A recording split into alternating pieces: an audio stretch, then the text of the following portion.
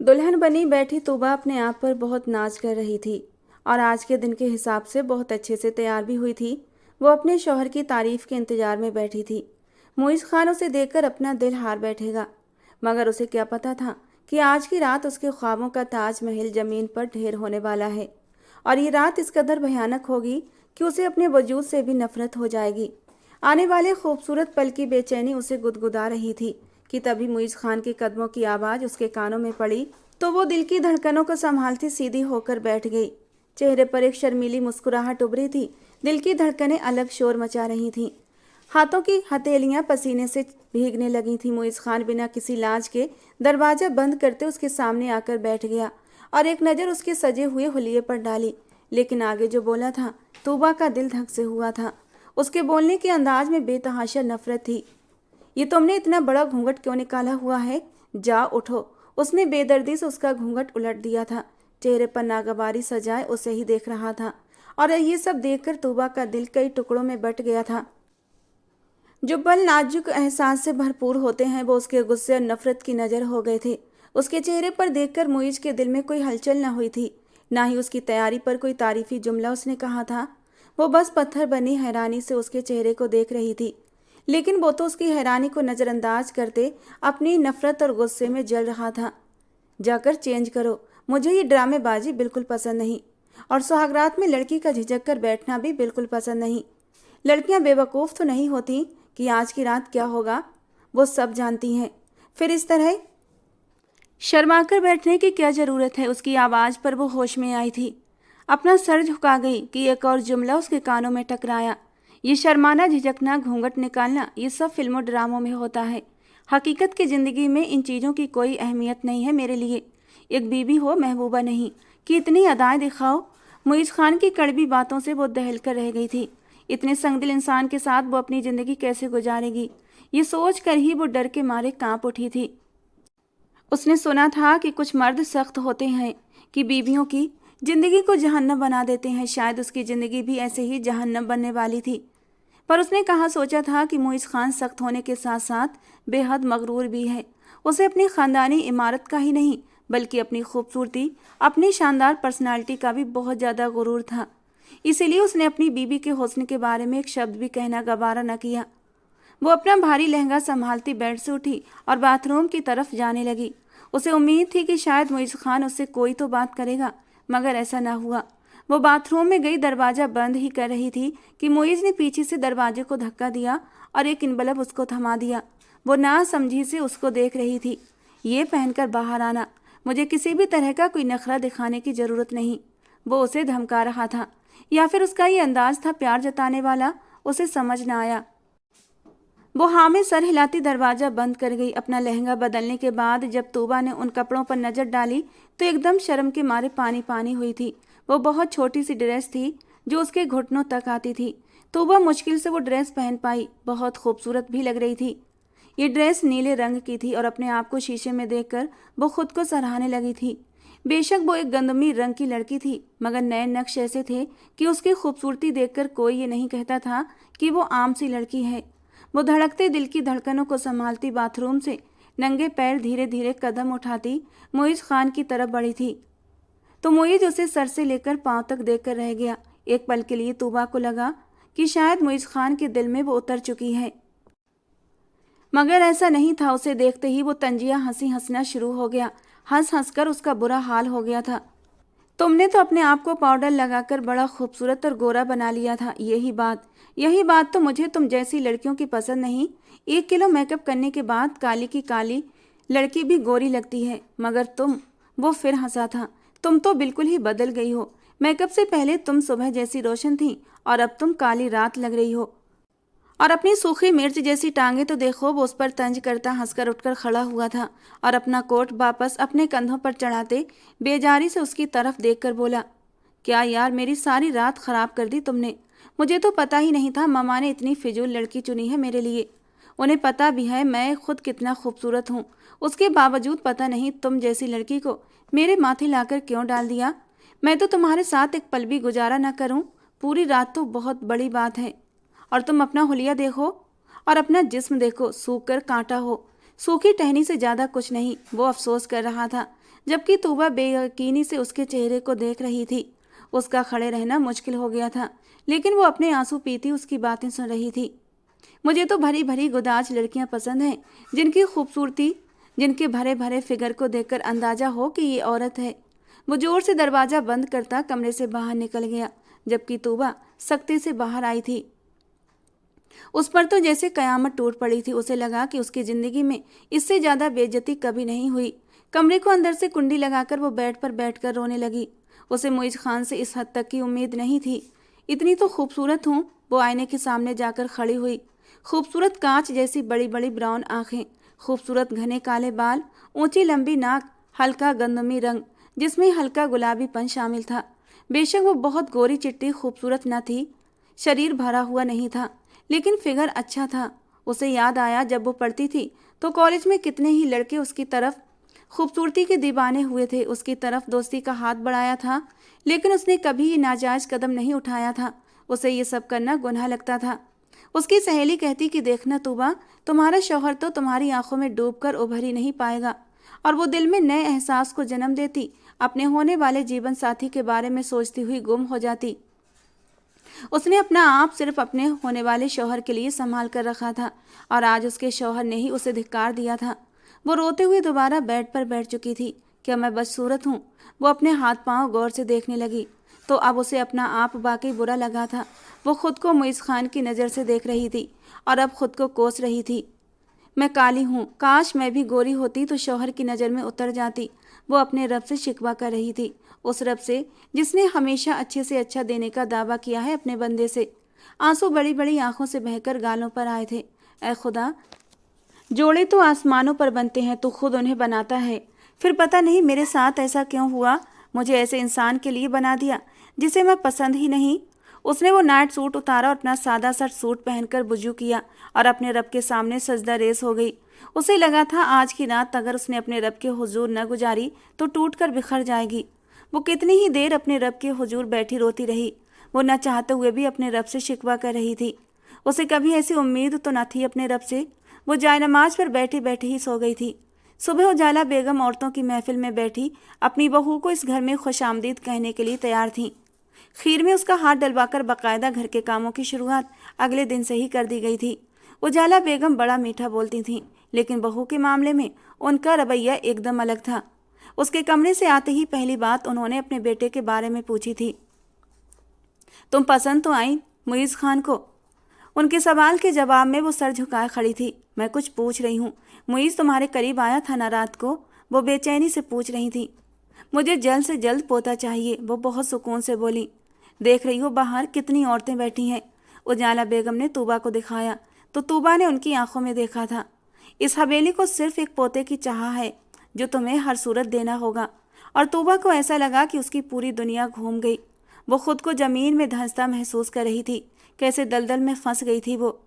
उजाला बेगम खुद अपने बेटे के हर अच्छे बुरे काम से वाकिफ थीं, मगर इसके बावजूद भी उन्होंने उसकी शादी एक ऐसी लड़की से की जो कि उनके बेटे की उम्मीद पर पूरा नहीं उतरती थी। वरना उन्हें अपने बेटे की एक एक हरकत का अंदाजा था, तो फिर उसकी ज़िंदगी बर्बाद करने की क्या ज़रूरत थी? क्या वो एक खिलौना थी जिसे सिर्फ बच्चा पैदा करने के लिए लाया गया था? तूबा अपने शौहर के सामने तो सर झुकाकर खामोश हो गई थी। उसके रवैये का जवाब नहीं दिया था, लेकिन उजाला बेगम के ऐसे रवैये पर खामोश न रह सकी। मैं आपको कैसे पोता दूं? आपका बेटा तो मेरे करीब ही नहीं आया, उसने मुझे छुआ तक नहीं। न बीबी होने का हक दिया तो मैं कहाँ से पोता दूं आपको, आपकी हवेली को? अगर आपका बेटा किसी और को पसंद करता था, उनकी ज़िंदगी में कोई और थी, तो आप उनकी शादी उसी से करवा देती। मेरी ज़िंदगी क्यों बर्बाद की? तूबा कहे बिना न रह सकी। अपनी सास को जवाब देने के बाद उसे अंदाजा था कि उजाला बेगम जवाब में कुछ कड़वा ही बोलेंगी, मगर ऐसा नहीं हुआ था, बल्कि उजाला बेगम गहरी सोच में डूब गई थी। तभी छन से गिलास टूटने की आवाज़ आई थी। वो चौंक कर पीछे घूमी तो देखा वहाँ मुइज खान खड़ा सख्त गुस्सीली निगाहों से उसे घूर रहा था। उसका गुस्सा देखकर तूबा समझ गई कि अंदर होने वाली सारी बातें वो सुन चुका है। उसे अपने पीछे आने का इशारा करता मुइज खान सीढ़ियां चढ़ता अपने कमरे में पहुंचा तो एक नज़र सोचों में डूबी उजाला बेगम को देखते डरते डरते वो उसके पीछे गई थी। कमरे में पहुंची तो वो खामोशी से सर झुका गई, लेकिन मुइज खान तो आज अलग ही मूड में था। वो गुस्से के मारे एक एक गुलदान उठाकर जमीन पर मारता अपना गुस्सा निकाल रहा था। तूबा ने दबी दबी आवाज में मुइज खान को समझाना चाहा, क्या हो गया है आपको? आप इतने गुस्से में क्यों हैं? मुइज खान और गुलदान उठाकर नीचे फर्श पर मारते उसकी तरफ बढ़ा और उसके बाजू को दबोचा। तूबा को मुइज खान की उंगलियां अपने बाजू में धंसती महसूस हुई। वो उसके पास आकर गुस्से से दहाड़ा, ज्यादा अनजान मत बनो, तुम बेशरम घटिया लड़की। तुम्हें मैंने अपने बिस्तर में आने की इजाजत नहीं दी तो तुम जाकर मेरी माँ के सामने आंसू बहाओगी कि मैंने तुम्हें बीबी वाला हक नहीं दिया। अभी दिन ही कितने हुए हैं तुम्हें यहाँ आए हुए कि तुम्हें अपना हक लेने की पड़ गई। और अपना हुलिया देखो, तुम अभी मुझे सिर्फ एक माँ सी लग रही हो। तुम तो मुझे दिन में अच्छी नहीं लगती तो रात में कैसे लगोगी? तुम्हारा ये काला चेहरा देखकर मेरा दिल ही हट जाता है तुम्हारी तरफ से। लेकिन लगता है तुम्हें मेरी माँ से फ्री होने का कुछ ज़्यादा ही शौक चढ़ा है। मेरे बेडरूम की बातें जो कमरे तक रहनी चाहिए तुमने जाकर मेरी माँ को बता दी। मेरी इमेज उनकी नज़रों में ख़राब कर दी। मैं अपनी माँ को कुछ नहीं कह सकता, लेकिन तुम्हारे दिमाग में जो ये भूसा भरा हुआ है ना, इसे साफ करना मैं अच्छी तरह जानता हूँ। शर्म आनी चाहिए तुम्हें। वो उसे पीछे की तरफ धकेल कर बोला। वो संभलने की कोशिश करती दरवाजे के पास पड़े सोफे को सहारा ले गई थी, वरना वो जमीन पर ही गिर जाती। अब खड़ी खड़ी मेरा मुंह क्या देख रही हो? दफा हो जाओ यहाँ से। उसे जमा खड़ा देखा तो फिर से दहाड़ा था। उसके गुस्से से कहने पर वो पलटी, आंखों में आंसू आने को तैयार थे। मुइज खान को उसकी खामोशी और भी गुस्सा दिला रही थी। उसने उसे झंझोड़ा, दोनों बाजुओं से पकड़कर दीवार के साथ लगाया और उसकी आंखों में आंखें डालकर बोला, अगर दोबारा मैंने सुना कि तुमने मेरी माँ को कोई बात बताई है तो मैं तुम्हें सीधा लफ्ज कहकर इस घर से निकाल दूंगा, अपनी जिंदगी से भी निकाल दूंगा। मुझे इस बात से कोई डर नहीं। अगर तुमने अब एक लफ्ज भी अपने मुंह से निकाला तो मैं खुद अपनी माँ को साफ साफ बता दूंगा कि जो लड़की मुझे पसंद ही नहीं, मैं उसे उसका हक क्यों दूं, उसके करीब क्यों जाऊं। उसकी पकड़ इतनी सख्त और रवैया इतना काटदार था कि उसकी आंखों से आंसू गालों पर फिसल पड़े थे, लेकिन उसे परवाह कहाँ थी। वो एक नागवार नज़र उसके चेहरे पर डालता झटके से कमरे से बाहर निकल गया था। कितना संगदिल इंसान था, कितना बेहिस। उसके दिल में अपने इस पाक रिश्ते के लिए कोई जज्बात न थे। जितना वो इंसान देखने में खूबसूरत हैंडसम था उतना ही बेदर्द था। अब तो वो जान गई थी उसे अपने ऊपर होने वाले हर जुल्म और बेइज्जती के बारे में किसी को नहीं बताना, यहाँ तक कि खुद अपनी सास को भी नहीं। मगर मुइज खान समझ गया था कि उसका बुझा बुझा चेहरा देखकर उसकी माँ को शक हो जाएगा। वो कुछ सोचता हुआ घर से निकलता चला गया। शाम को अपनी माँ को यकीन दिलाने के लिए मुइज खान गजरे लेकर तूबा के करीब आया था और उसे पहना दिए। उस वक्त वो शाम की चाय लेकर किचन से बाहर आई थी। अपनी माँ की तरफ देखकर बोला, मम्मा, आपकी बहू को घुमाने फिराने ले जाऊं? उसे अपनी बीबी कहने के बजाय माँ की बहू कहा, जिससे साफ जाहिर था कि वो उसे सिर्फ अपनी माँ की वजह से बर्दाश्त कर रहा था। हाँ हाँ बेटा, क्यों नहीं। उजाला बेगम जो सुबह उसकी हालत जान चुकी थी, समझ गई थी उन्हें अपने बहू और बेटे को वक्त देना है ताकि वो एक दूसरे के करीब आ सकें। मगर वो क्या जानती थी कि आज की रात फिर उसके लिए कयामत होने वाली है। बाहर उसे एक शानदार खाना खिलाने के बाद मुइज खान एक बड़े से फ्लैट के सामने ले गया था और उसे अंदर आने को कहा। यहाँ आकर बैठ जाओ और ज़्यादा चालाकी दिखाने की कोशिश मत करो। अच्छा ऐसा करो, अंदर जाकर किचन में 2 कप चाय बना लो, कहता हुआ वो कमरे में चला गया। वो खामोशी से उठी और किचन में घुस गई। थोड़ी देर बाद वो चाय बनाकर आई तो खुद भी उसके सामने बैठकर चाय का कप उठाने लगी। तुम्हें चाय पीने के लिए नहीं कहा, मुइज ने कहा तो तूबा ने हैरत से उसे देखा। मगर ये दूसरा कप किसके लिए? दूसरा कप सानिया के लिए है, वो 2 मिनट में आ रही है। वो कंधे उचकाकर चाय के कप को होठों से लगा गया था। कौन सानिया?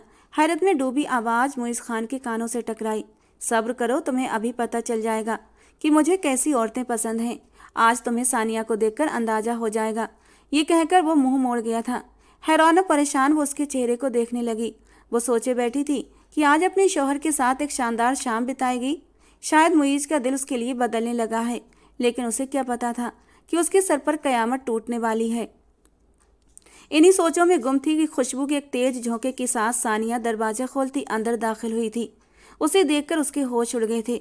इतनी खूबसूरत, हसीन, लंबे कद वाली, भरे भरे जिस्म की मालिक, गोरी रंगत लड़की उसने सिर्फ फिल्मों में ही देखी होगी। उसे देखकर किसी फिल्मी हीरोइन की याद आती थी। बड़ी खूबसूरती से बने हुए सिल्की बाल हवा में लहराते वो एक एक कदम आगे बढ़ रही थी। वो उसके सामने आकर बैठी तो उसे अपना आप अब बदसूरत लगने लगा था। जिसे आज तक उसने कभी बुरा नहीं समझा था। उसे तो यही लगता था कि आम लड़कियों का यही रंग रूप होता है, मगर वो 5 फीट 8 इंच की लंबी और हसीन लड़की उसके सामने खड़ी उसे यह एहसास दिला रही थी कि वो बदसूरत है। उसके सामने बैठे मुइज़ खान ने सानिया को तारीफी नज़रों से देखा था, फिर उसकी कमर में हाथ डालता उसे अंदर बेडरूम में ले गया। वो समझ चुकी थी आज उसका शौहर उसके सामने ही किसी और की बाहों में रात गुजारने वाला है। सानिया भी बेशर्मी से चलती उसके साथ बेडरूम तक गई थी और फिर दोनों के हंसने बोलने की आवाज़ें उसके दिल को चीरने लगी थीं। वो बैठी आंसू बहाती अपने नसीबों पर अफसोस करने लगी। क्या गरीब होने के साथ साथ उसे अपने शौहर की नज़र में बदसूरत होने का गम भी मिलना था।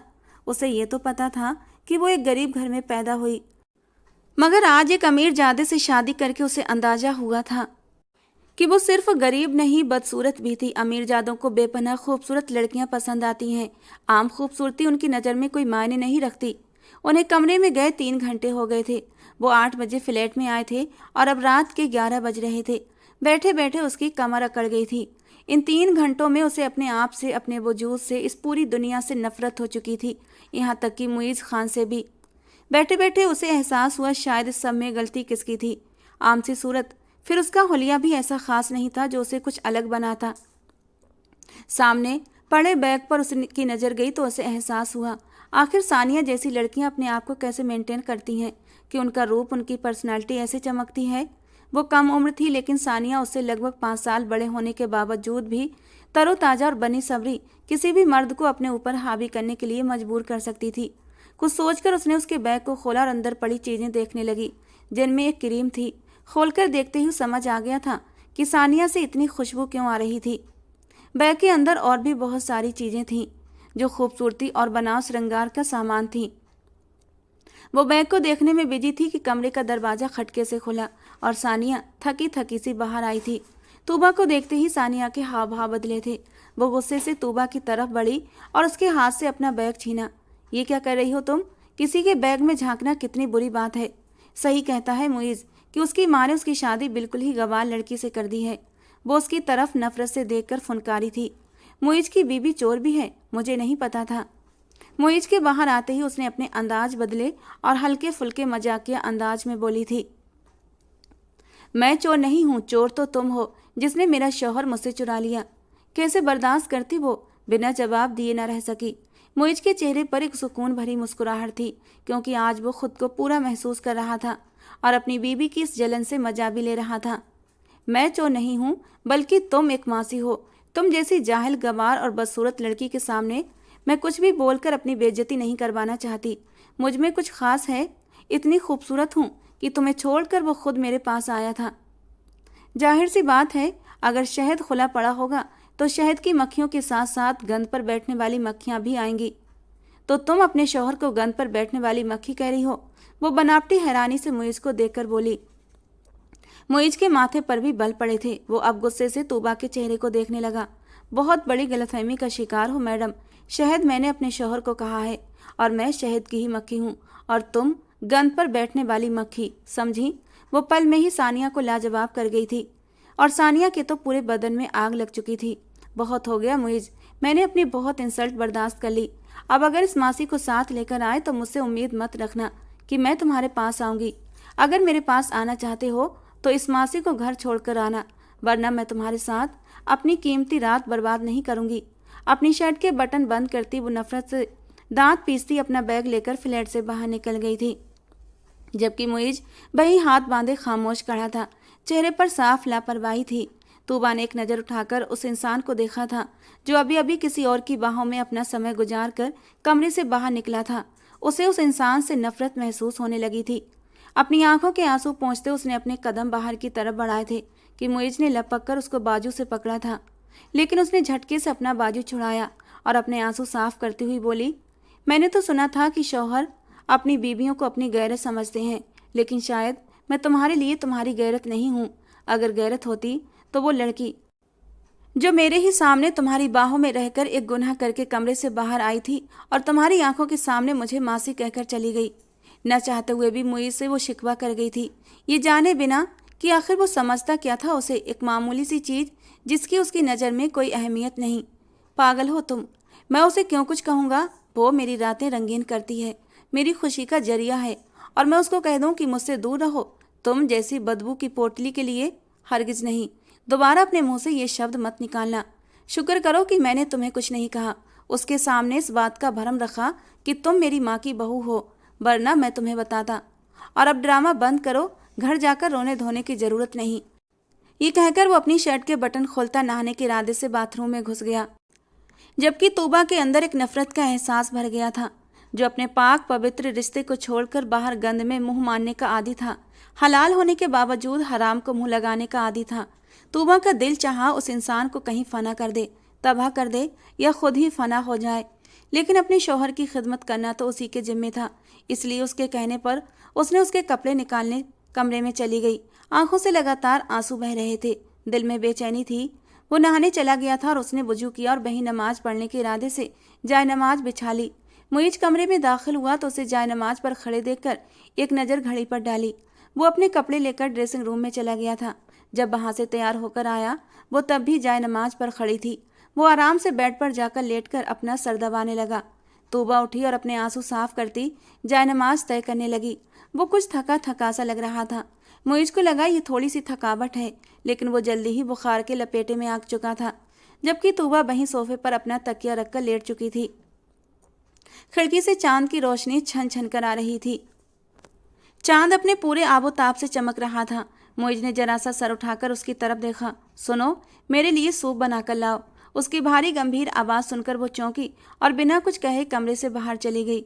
मुईज खान को न जाने क्यों उसकी चुप्पी गुस्सा दिलाती थी। वो सर झटकता उठा और बेड के किराउन से टेक लगाकर बैठ गया। वो लाख नफरत के बावजूद भी मुईज से मुंह नहीं मोड़ पा रही थी। वो एक हिंदुस्तानी बीवी थी और हिंदुस्तानी बीवियां अपने शौहर की खिदमत करना अपने ऊपर फर्ज समझती हैं। वो उसके लिए सूप बनाकर ले आई थी।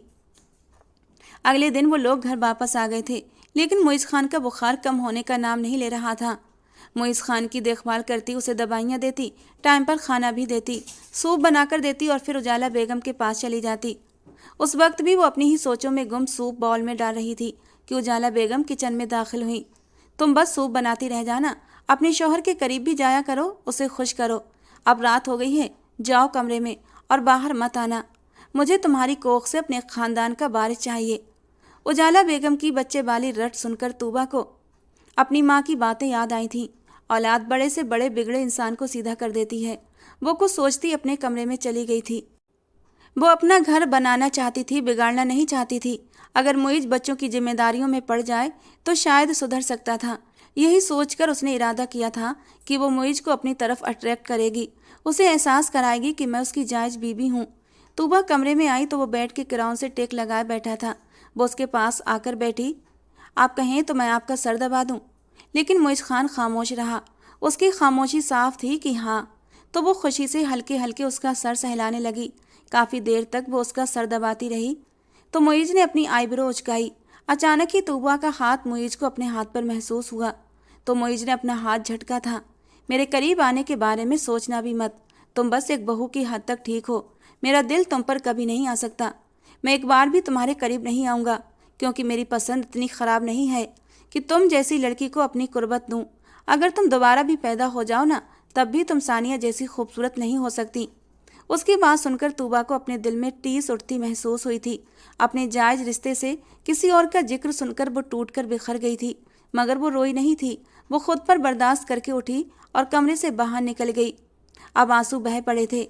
अपने आंसू साफ करती किचन में आई और ख़ुद को बिजी कर लिया। अब वो इरादा कर चुकी थी कि अब कभी वापस मुईज खान के पास नहीं जाएगी। अगले दिन रात को जब वो कमरे में जाने लगी तो दरवाजे के लॉक पर हाथ रखते ही उसे मुईज की आवाज़ सुनाई दी। तूबा को अंदाजा हो गया वो गुस्से में है। वो किसी से गुस्से भरी आवाज़ में बात कर रहा था। अगर तुम प्रेग्नेंट हो तो मैं क्या करूं? मैंने तुम्हें कहा था कि तुम माँ बनो। तुम्हें अपनी सेफ्टी रखनी चाहिए थी। एक बात कान खोलकर सुन लो, मैं तुम्हारी किसी भी धमकी में नहीं आऊँगा। सामने से आती लड़की की आवाज़ काफ़ी घबराई हुई लग रही थी। तूबा के कान खड़े हुए। दूसरी तरफ उस लड़की की आवाज़ साफ सुनाई दे रही थी। तुम्हें क्या लगता है मुईज खान कि मैं तुम्हारी हवेली में रहने वाली कोई मामूली तुम्हारी बीबी जैसी लड़की हूँ जो तुम्हारी इन धमकियों में आ जाऊंगी? अगर तुमने मेरे बच्चे को कबूल न किया तो तुम्हारी इज्जत खाक में मिला दूंगी। तुम पर FIR दर्ज करवा दूंगी, ये मत समझो। मेरे जानने वालों में सिर्फ तुम हो। मेरे हाथ बहुत ऊंचे हैं। अगर तुमने मेरे साथ इस तरह की दुश्मनी मोल ली तो तुम किसी को मुंह दिखाने के काबिल न रहोगे, मुइज़ खान। और मुइज़ खान चिल्लाते हुए उसे धमकियां देने लगा कि मुझे तुम्हारी किसी धमकी की परवाह नहीं, जो चाहे कर लो। और ये धमकियां सोहेल जैसे मर्दों को देना जो तुम्हारे आगे पीछे घूमते हैं। मुइज़ खान किसी से डरने वाला नहीं है। वो फ़ोन काट कर कमरे में टहलने लगा। तूबा गेट खोलकर अंदर दाखिल हुई, लेकिन मुइज़ ने उस पर ध्यान न दिया। वो उसके चेहरे को देख रही थी। वो जानती थी उसका शौहर सख्त परेशानी में है। उसे ये जानकर अजीब एहसास हो रहा था कि वो एक नाजायज बच्चे का बाप बनने वाला है। उसे अपने दिल में नफरत महसूस हुई थी। वो सोच भी नहीं सकती थी कि वो एक ऐसे इंसान से शादी कर चुकी है जो हद तक गिर गया था, कि एक नाजायज बच्चे को दुनिया में लाने का सबब बना था, और अब ऊपर से उस बच्चे को अपना भी नहीं रहा था। जबकि खुद तूबा 7 पर्दों में रहने वाली, हर वक्त खुदा की इबादत करने वाली लड़की को ऐसा शौहर मिला था। उसे यकीन नहीं आ रहा था। वो चुपचाप आंसू बहाती सोफे पर लेट चुकी थी, जबकि मुइज़ इधर उधर टहलने के बाद अपने बेड पर आकर लेट चुका था। उस रात उस पर यह राज खुला था कि सानिया के साथ साथ उसकी कई और औरतों से भी संबंध है, और ये जानकर तूबा का दिल किरची किरची हो गया था। कुछ ही देर में वो गहरी नींद सो गया था कि तभी तूबा की नज़र उसके मोबाइल पर पड़ी थी, जो बार बार स्क्रीन पर मैसेज दिखाता स्क्रीन को रोशन कर रहा था। वो खड़े खड़े मैसेज पढ़ने लगी। निदा नाम से मैसेज रिसीव हो रहे थे। ये वही लड़की थी जो अभी थोड़ी देर पहले धमकियां दे रही थी कि अगर तुमने मेरे बच्चे को कबूल न किया तो मैं तुम्हें बर्बाद कर दूंगी। वो मैसेज कह रही थी कि अगर तुम्हें लगता है कि मैं खुद को साबित नहीं कर सकूंगी तो मेरी जान DNA टेस्ट करवाऊंगी और तुम्हारी पूरी नस्ल को बर्बाद कर दूंगी। वो लड़की बाजारी जबान में बातें करती मुइज़ खान को धमका रही थी। वो थकी थकी सी सोफे पर जाकर बैठ गई। क्या वो उस बच्चे को अपनाएगा या फिर उसे ठुकरा देगा? क्या ये इंसान कभी मुझे अपनाएगा? और अगर अपनाएगा तो क्या मैं इसे अपना पाऊंगी? आंखों में आंसू साफ करते वो उस इंसान के चेहरे को देखने लगी। दुनिया भर की मासूमियत चेहरे पर सजाए वो सो रहा था, लेकिन अब उसे उससे घिन आने लगी थी। काश ये मुझसे दूर चला जाए, जहाँ इसकी परछाई भी मेरे ऊपर न पड़े। तूबा ने दिल ही दिल में दुआ की थी। वो नहीं जानती थी कुछ दुआएं बहुत जल्दी कबूल हो जाती हैं, और तूबा की ये दुआ भी बहुत जल्दी कबूल होने वाली थी। लेकिन किन हालात में कबूल होती? तूबा को अगर एहसास हो जाता तो शायद वो कभी ये दुआ न मांगती। वो आईने के सामने जाकर खड़ी हो गई। इससे पहले वो मुइज़ को लुभाने की, उसे अपनी तरफ करने की कोशिश करती थी, लेकिन अब उसका दिल मुर्दा हो चुका था। उसने टिश्यू पेपर से अपना मेकअप साफ कर दिया, सितारों से चमकती साड़ी उतारकर एक सादा सा सूट पहन लिया था। उसे अब अपने शौहर की कुर्बत नहीं चाहिए थी, और ये सब सोचने के बाद उसके दिल में एक सुकून सा उतर गया था। उसे तो ये महसूस होने लगा था कि अगर मुइज़ खान ने उसे हाथ भी लगाया तो वो नापाक हो जाएगी। मगर उजाला बेगम को कहाँ चैन आने वाला था। सुबह हुई तो वो फिर से वही सवाल दोहराने लगी, जिसका उसके पास कोई जवाब नहीं होता था। अब तो वो ये भी नहीं कह सकती थी कि मुइज़ उसके पास नहीं आता। वो खामोशी से बैठी रही तो उजाला बेगम ने यही समझा शायद कोई मेडिकल इशू होंगे कि वो अभी तक माँ नहीं बन पा रही थी। चलो जल्दी से तैयार हो जाओ, मैं तुम्हें डॉक्टर के पास ले जाती हूँ। डॉक्टर का नाम सुनते ही उसकी जान निकलने लगी थी, लेकिन अपने मुंह से सच भी नहीं कह सकती थी। खैर उजाला बेगम के कहने पर चुपचाप तैयार हो गई। लेडी डॉक्टर ने उसे देखा, कहने लगी आपकी बहू का चेकअप करके ही कुछ कह सकती हूँ। ये कहती हुई वो तूबा को अपने साथ लेकर चली गई। चेकअप करने के बाद उजाला बेगम पर एक और खुलासा हुआ था। आप अपनी बहू को यहाँ मेरे पास क्यों लाई हैं? बल्कि आपको तो अपने बेटे से बात करनी चाहिए। इस बेचारी को तो यह भी नहीं पता कि पति पत्नी का रिश्ता कैसे बनता है। ये तो अभी तक कुंवारी है, और कुंवारी लड़की माँ कैसे बन सकती है? अफसोस हुआ मुझे आप पर। डॉक्टर ने उजाला बेगम को आईना दिखाया तो वो अपनी बहू को ही कसूरवार ठहराने लगी। तुम्हें मैंने 100 बार कहा है अपने शौहर के करीब जाओ, उसको लुभाओ, उसे खुश करो, मगर तुम। उजाला बेगम डॉक्टर के सामने ही उस पर चढ़ दौड़ी। इसमें आपकी बहू की कोई गलती नहीं उजाला बेगम। आपके बेटे को खुद उसके करीब आना होगा। लड़कियां इस मामले में शर्मीली होती हैं। आप अपने बेटे से बात करें। ये तो एक नेचुरल सी बात है कि मर्द पहल करते हैं, औरत नहीं, और यही कुदरत का कानून है। डॉक्टर के समझाने पर उजाला बेगम को कुछ अकल आई और उन्होंने जाकर अपने बेटे से बात करने का फैसला किया। रात के 2 बजे लड़खड़ाता हुआ वो अंदर आया था। वो समझ चुकी थी कि उनका बेटा अपनी नापाक रात गुजार कर घर आ रहा है। मुइज़, यहाँ आओ, मुझे तुमसे बात करनी है। वो जैसा भी था मगर अपनी माँ की इज्जत करना जानता था। जी मम्मा बोलिए, वो नरमी से उनसे कुछ फासले पर खड़ा होकर बोला। बात यह है कि मैंने तुम्हारी शादी इसलिए की कि मुझे इस हवेली का वारिस मिल जाए, लेकिन तुम हो कि अपनी बीवी के करीब ही नहीं जाते। मैं जानती हूँ वो तुम्हें अच्छी नहीं लगती। उसके कुछ कहने से पहले ही उजाला बेगम ने उसके दिल की बात कहकर उसके दिल का बोझ कुछ कम कर दिया था। लेकिन एक बार उसके करीब जाकर उसका हक तो अदा करो, कम से कम मुझे औलाद की खुशी तो दे दो। इतना तो कर ही सकते हो अपनी माँ के लिए।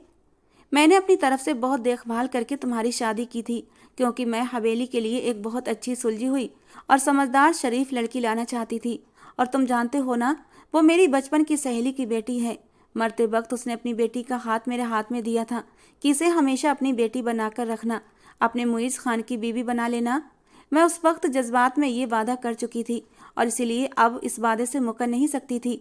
मरने के बाद मैं उसे क्या मुंह दिखाऊं, इसीलिए मैंने तुम्हारी शादी करवा दी। लेकिन अब मैं अपना वादा पूरा कर चुकी हूँ तो मुझे कोई ज़्यादा फर्क नहीं पड़ता। तुम बाहर भले कुछ भी करो, लेकिन कम से कम उसका हक देकर इस खानदान को, इस हवेली को वारिस तो दे दो।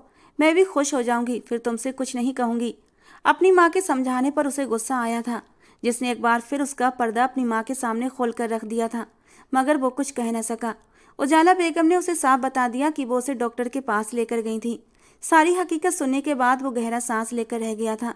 उसने सोच लिया था कि आज वो जाकर उसे उसका हक देकर उसकी हसरत भी पूरी कर देगा, और जो उसकी माँ की ख्वाहिश थी वो भी। मगर अब तो वो पहले वाली तूबा नहीं थी जो अपने शौहर की संगत के लिए उसका दिल जीतने की कोशिश करती थी। कमरे में दाखिल होते ही उसने अपना कोट उतार कर एक तरफ रखा था। वो सोफे पर लेटी हुई थी। उसे अपनी तरफ बढ़ता देखकर उसका दिल धक से हुआ था। वो जल्दी से उठकर खड़ी हुई। अगले ही पल मुइज़ झटके से खींचकर उसे अपने करीब कर चुका था। चलो तुम्हें आज तुम्हारा हक ही दे दूं, जिसकी तुम्हें बड़ी हसरत है। चलो आज तुम्हें मोहब्बत की बारिश में भिगो दूं। उसकी आंखों में जुनून के लाल डोरे नाचने लगे थे, चेहरे पर खुमार के रंग छाने लगे थे। बहुत शौक है ना तुम्हें मेरे करीब आने का, अपना हक वसूल करने का। वो अपनी उंगलियों से उसके चेहरे के हर नक्श को छू रहा था, जबकि तूबा को ऐसा लग रहा था कि उसके बदन पर चींटियां सी रेंग रही हैं, जैसे उसकी सारी गंदगी उसके बदन पर चिपक रही है।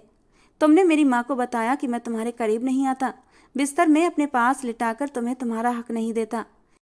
मेरे खिलाफ भड़काया है मेरी माँ को तुमने।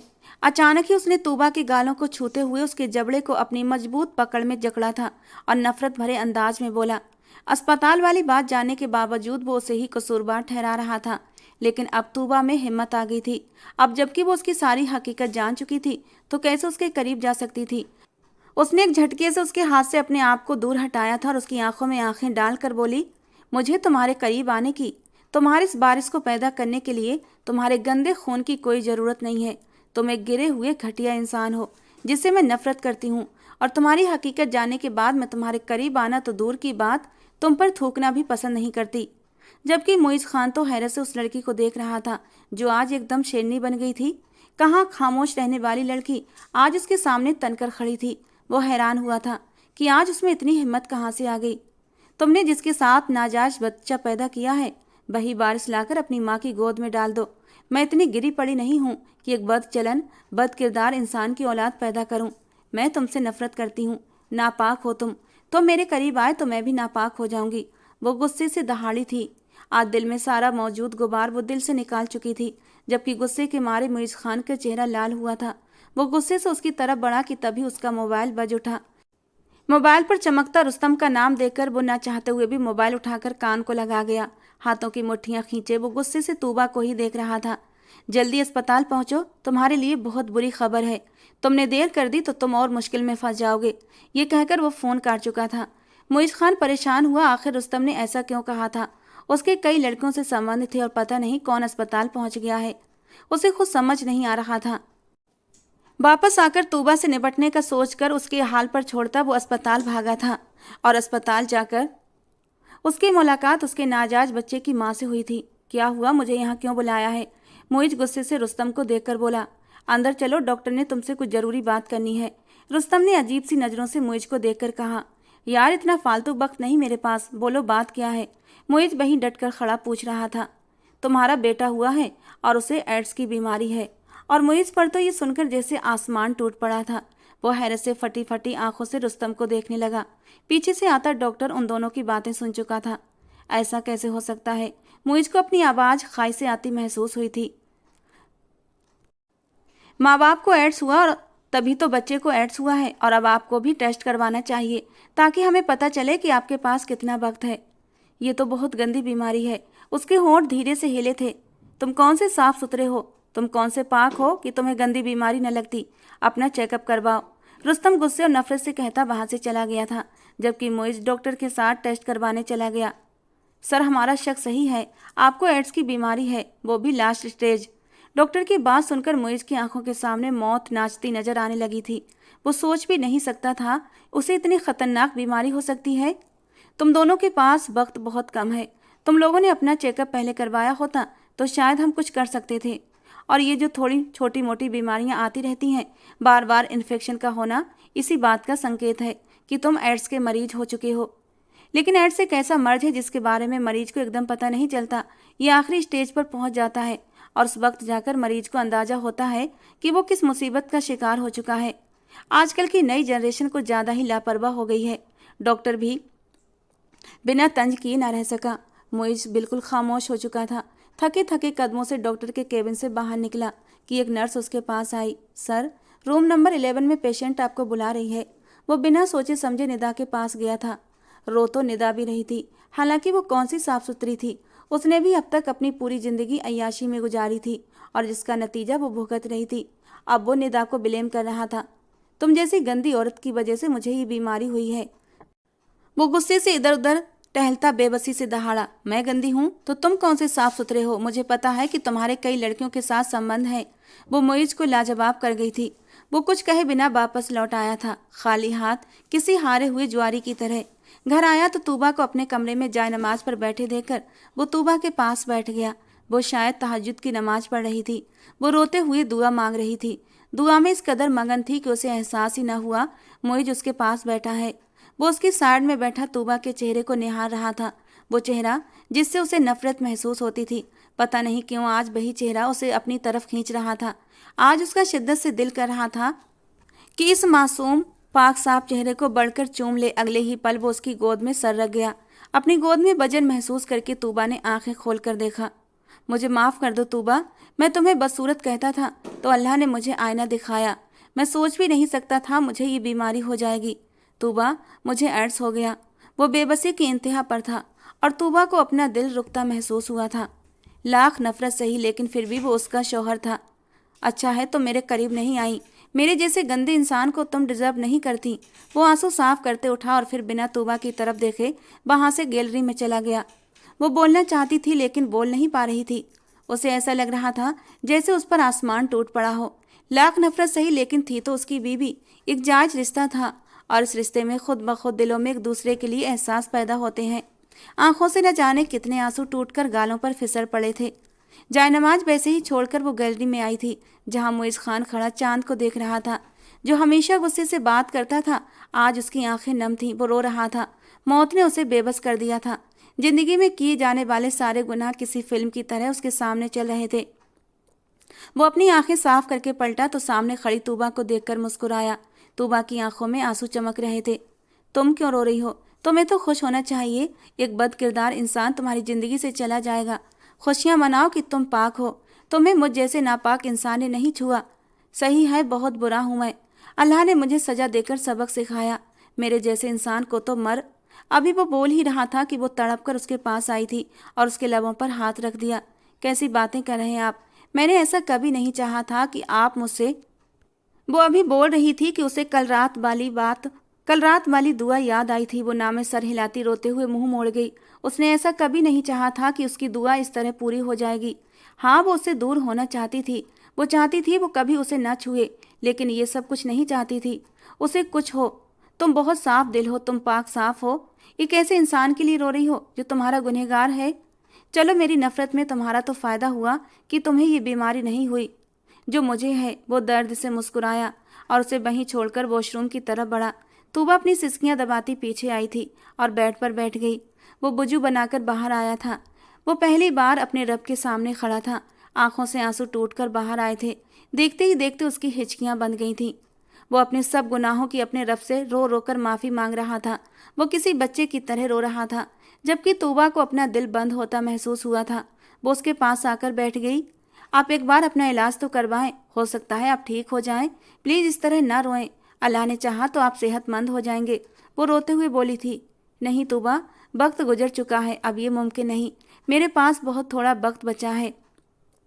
ये इंसान भी कितना अजीब होता है, जब मौत सामने आती है तभी अपने रब को याद करता है, वरना अपने गुरूर में हमेशा चूर रहता है कि अपने रब को भुला देता है।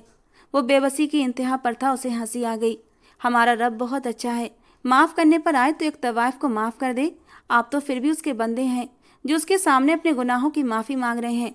अल्लाह पाक ने कहा है, चाहे तुम्हारे गुनाह ज़मीन से आसमान तक हों, एक बार अगर तुम मुझसे सच्चे दिल से तौबा कर लो तो मैं तुम्हारे सारे गुनाह माफ़ कर दूंगा। बस आप उम्मीद न हारें और अपने रब से अपनी ज़िंदगी की सेहत के लिए दुआएं मांगें। वो उसके कंधे पर हाथ रखकर बोली, ताकि उन्हीं गुनाहों में दोबारा धंसता चला जाऊं। अब जिंदगी नहीं चाहिए तौबा, बस रब से माफ़ी चाहिए। तुम तो रब की पाक बंदी हो, दुआ करो ना मेरे लिए कि वो मुझे माफ़ कर दे। तुम बिल्कुल पाक हो, किसी फूल की तरह, एक आईने की तरह साफ। रब से कुछ मांगोगी तो तुम्हें यकीनन दे देगा। वो तौबा का हाथ पकड़े बेबसी से बोला था। आप ये बोलकर मुझे तकलीफ ना दें। उसने अपने आंसू पोंछे और उठकर वो कुरान शरीफ ले आया तो वो बस उसे देखे गई। इंसान अपने मुश्किल वक्त में ही अपने रब को याद करता है। देखते ही देखते 2 महीने गुजर गए थे। उस रात तूफानी बारिश हो रही थी। कमरे में मोइज का खांस खांस कर बुरा हाल था। इन 2 महीनों में तूबा ने न जाने कितनी इबादत की थी, कितनी दरगाहों पर गई थी, रो रो कर अपने रब के सामने मोइज की ज़िंदगी की दुआ मांगी थी। आज भी वो अपने रब के सामने खड़ी उस इंसान के लिए रो रही थी जिसने उसे अपनी ज़िंदगी में कभी वो जगह न दी जिसकी वो हकदार थी। मुइज ने धुंधलाई आंखों से एक नज़र तूबा की तरफ देखा और फिर छत को घूरने लगा। आंखें बंद होने लगी थीं, लब हरकत में आए और देखते ही देखते उसकी रूह उसके बदन से परवाज कर गई। कितनी चाहत की थी उसने अपने लिए ज़िंदगी मांगी थी, क्योंकि वो तूबा से माफ़ी मांगना चाहता था, उसके साथ उसकी संगत में ज़िंदगी जीना चाहता था। वो उसे वो खुशियाँ देना चाहता था जिन खुशियों से उसने तूबा को दूर कर दिया था। कुछ ही पल लगे थे उसकी रूह निकलने में। तूबा नमाज पढ़कर उसके पास आई और हमेशा की तरह उसे सोया हुआ पाकर उसके ऊपर कुछ आयतें पढ़कर फूंकने लगी। मोइज खान हमेशा तूबा के साथ खुद भी तहज्जुद पढ़ता था। 2 महीने से यही होता आया था। आज भी वो उसे उठा रही थी। एक बार आवाज़ देने पर वो नहीं उठा, बिल्कुल खामोश लेटा रहा। आंखों के कोने नम थे, शायद जाग रहा था। तूबा ने गहरी सांस ली और उसकी आंखों के कोने अपने दुपट्टे के पल्लू से साफ कर दिए, ये जाने बिना कि वो तो कब का इस दुनिया से जा चुका है। बस अब बेजान शरीर पड़ा था। वो फिर से उसे हिलाने लगी। हाँ, वो खांस रहा था। तूबा को याद आया, अभी थोड़ी देर पहले ही तो उसे खांसी आ रही थी, लेकिन ये उठ क्यों नहीं रहा। तूबा उसके पास बैठ गई और हाथ की नब्ज पकड़ी। तूबा ने बेयकीनी से ना में सर हिलाया था, फिर वो चीख मारकर रो पड़ी थी। उसके रोने की आवाज़ सुनकर उजाला बेगम कमरे में आई थी। वो सब कुछ अच्छे से जानती थी, वो भी अपने बेटे के लिए दुआ करती थीं। इन 2 महीनों में मुइज़ को बदलते देखा था उन्होंने। वो सिर्फ अपने घर का होकर रह गया था। कमरे से निकलता तो घर में मौजूद बगीचे में टहलता था और वापस कमरे में चला जाता और बस अपने खुदा को याद करता रहता। बस बेटा, रोना नहीं। मेरे बेटे की ज़िंदगी शायद इतनी ही लिखी थी। काश मैंने उसे गुनाहों के दलदल में फंसने से बचा लिया होता। काश मैं उसे वो ज़िंदगी दे सकती जो हर माँ अपने बेटे को देना चाहती है। दौलत शोहरत सब दे दिया, ना दे सकी तो उसे अच्छी परवरिश। वो बेबसी से रोते हुए तूबा को अपने सीने से लगाए बैठी थी। अपने जवान बेटे का जनाजा उन्होंने अपनी आंखों के सामने उठता देखा था। उन्होंने कितनी दुआएं मांगी थीं कि उनकी उम्र भी उनके बेटे को लग जाए, लेकिन ऐसा ना हुआ। मुइज़ खान के मरने के बाद उजाला बेगम ने तूबा को कहीं न जाने दिया। वो उसे अपनी बेटी मानती थी और तूबा ने भी अपने पापा को कह दिया कि वो यहीं रहेगी। अब अपनी बेटियों की तरह वो उसे अपने पास रखती थी। उसकी जरा सी तकलीफ पर तड़प पड़ती। उजाला बेगम बिल्कुल पागल सी हो गई थी। मुइज़ खान की याद में तड़पती रहती। कभी कभी बड़बड़ाती कि मेरा मुइज़ खान वापस आएगा। उसे बुलाती, अपने पास बुलाती, उससे माफ़ी मांगती कि बेटा, तेरी मौत की जिम्मेदार मैं हूँ। मैं तुझे अच्छी परवरिश ना दे सकी, मैंने तुझे गुनाहों में धकेल दिया। अपनी माँ को माफ़ कर देना। उनकी हालत देखकर तूबा भी रोने लगती। और एक दिन उजाला बेगम ने उसे एक नंबर दिया कि मुझे इस नंबर पर कॉल लगा कर दो, मुझे अपने बेटे से बात करनी है। जबकि तूबा हैरानी से उजाला बेगम को देखने लगी। मम्मी जी, मरने वालों से बातें नहीं होती। मुइज़ अब इस दुनिया में नहीं है, लेकिन उनके चेहरे पर एक हल्की सी मुस्कान थी। मैं जानती हूँ बेटा, मुइज़ इस दुनिया में नहीं है, लेकिन मेरा एक बेटा और है। जब मुइज़ था तब मुझे उसकी कमी इतनी महसूस नहीं होती थी, लेकिन मुइज़ के जाने के बाद मुझे उसकी कमी महसूस होने लगी है। और पहली बार तूबा को पता लगा कि उनका एक बेटा और है। उसने नंबर लगा कर दिया। वो अपने छोटे बेटे से बात करने लगी। वो उन्हें वापस आने के लिए कहने लगी, लेकिन वो तो जैसे अपनी माँ का इम्तिहान लेने पर तुला था। वो वापस नहीं आ रहा था। उनसे नाराज जो था, लेकिन भाई के मरने की खबर और माँ के टूटकर बिखर जाने की खबर पर वो उसका मन पिघल गया था। अब वो रोज़ कॉल करता था। तूबा से भी बात हो जाती थी और अपनी माँ से भी। एक दिन कहने लगा, मम्मा मैं जल्दी ही लौट कर आऊँगा। और ये खबर सुनकर उजाला बेगम खुश हो गई थी। मम्मा आपसे एक बात कहनी थी। हाँ कहो। उसकी हिचकिचाहटने पर उजाला बेगम सोच में पड़ी थी। मम्मा, भाई जिस बीमारी से मरे थे, तो क्या आपको नहीं लगता कि भाभी की भी जांच? ये बात अधूरी छोड़ गया था, जबकि उजाला बेगम ने गहरी सांस ली थी। उसकी ज़रूरत नहीं है अदनान, क्योंकि मुइज़ ने कभी तूबा को हाथ नहीं लगाया था। वो उससे नफरत करता था, उसे उसका हक नहीं दिया था। ये कहते कहते उनकी आंखों से आंसू फिसल पड़े थे और अदनान एक गहरी सांस लेकर रह गया था। उसे उस मासूम सी लड़की से हमदर्दी होने लगी थी। कितना कुछ झेला था उसने, चुपचाप बिना किसी शिकायत के। अब तो तूबा से कुछ ज़्यादा ही बातें करने लगा था। कभी वॉइस कॉल, कभी मैसेज, तो कभी वीडियो कॉल। उजाला बेगम ने जब अदनान की दिलचस्पी तूबा में देखी तो उन्होंने एक फैसला कर लिया। बस अब उन्हें अदनान के वापस आने का इंतजार था।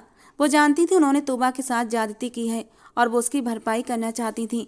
सुबह किचन में अपने काम में बिजी थी कि हवेली के बाहर गाड़ी रुकने की आवाज़ पर चौंकी। पहले तो कभी उनकी हवेली में कोई ना आया था।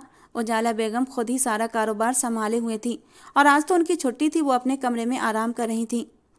वो फिर कौन आ गया? वो अपना काम छोड़कर नैपकिन से हाथ साफ करती किचन से बाहर निकली। हवेली के दरवाजे की तरफ बढ़ी तो उजाला बेगम पहले से वहां मौजूद थी। आंखों में आंसू लिए दरवाजे के साथ खड़ी बाहर देख रही थी। आपकी तबीयत ठीक नहीं है, आप यहाँ? वो अभी बोल ही रही थी कि तभी बड़े बड़े कदम उठाता वो हवेली का दरवाजा पार कर गया था। अब अपनी माँ को सीने से लगाए उन्हें ऊपर उठाए गोल गोल घुमा रहा था। तूबा हैरत से अपने सामने खड़े अदनान को देख रही थी। कितना अलग था, वीडियो कॉल से तो बिल्कुल अलग था। वो तो उसे छोटा बच्चा समझती थी, लेकिन वो तो उससे भी लंबा और उससे भी बड़ा था। वो न जाने किन बातों की शिकवा शिकायतें करने में बिजी था, लेकिन तूबा तो बस अदनान के चेहरे में कहीं खो सी गई थी। उसे पता नहीं क्यों एक झिझक ने घेर लिया था। पहले तो वो उससे काफ़ी बातें कर लिया करती थी। न जाने क्या सोचता होगा वो तूबा के बारे में। ये सोच कर ही उसे झिझक आने लगी थी। अदनान बिल्कुल म्यूज़ की कॉपी था, होता भी क्यों ना, दोनों जुड़वा ही तो थे। उजाला बेगम ने कभी तूबा से अपने इस बेटे का जिक्र न किया था। वो शादी में भी नहीं आया था। मुइज़ के मरने के बाद ही उन्होंने इसका जिक्र किया था और वो तो हैरान रह गई थी। वो कनाडा में रहता था, भाई के मरने पर नहीं आया था। उसने अपनी माँ की आंखों के आंसू पोंछे। मामा, आज के बाद आप बिल्कुल नहीं रोएंगी। मुइज़ भाई जिंदा हैं मेरी सूरत में और हमेशा जिंदा रहेंगे। उन्होंने जो गुनाह किए थे अल्लाह ने उन्हें उनकी सज़ा दी है, लेकिन मुझे उम्मीद है अल्लाह ने उन्हें माफ़ भी कर दिया होगा, क्योंकि उन्होंने सच्चे दिल से माफ़ी मांगी थी। उजाला बेगम ने अपने आंसू पोंछ लिए थे। तुम बिल्कुल सही कह रहे हो। वो तूबा के पास आया, अचानक उसका हाथ पकड़ लिया। तुम जिसे छोटा कहती थी, देखो कैसा लगा ये जानकर कि एक छोटा सा बच्चा तुमसे उम्र में भी बड़ा है और कद में भी। वो उसे छेड़ रहा था।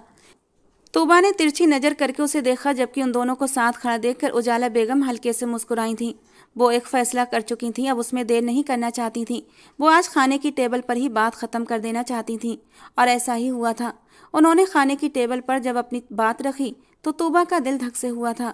वो बस सर झुकाए बैठी थी। उसे तो कोई ऐतराज़ नहीं था, लेकिन वो एक विधवा थी और अदनान ने भी अभी शादी नहीं की थी। आखिर वो कैसे मुझसे शादी के लिए मानता? लेकिन अदनान के अल्फाज सुनकर वो हैरान हुई थी कि उसे भी कोई ऐतराज़ न था। लेकिन क्यों क्यों वो एक बेवा से शादी कर रहा था?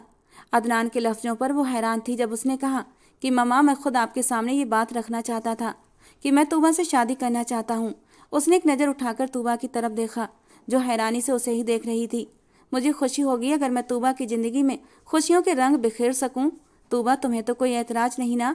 वो उसकी आंखों में आंखें डालकर बोला था और उसकी आंखों में आंसू छलक पड़े थे। उसने अपना सर झुका लिया। उसके हाँ कहते ही उजाला बेगम और अदनान खुश हो गए थे। अगले ही दिन बहुत ही सादगी से दोनों का निकाह कर दिया गया था। अदनान उसे वो खुशियाँ देने की सोच रहा था जिसकी वो हकदार थी, और अपनी इस नई जिंदगी को पाकर तूबा बहुत खुश थी।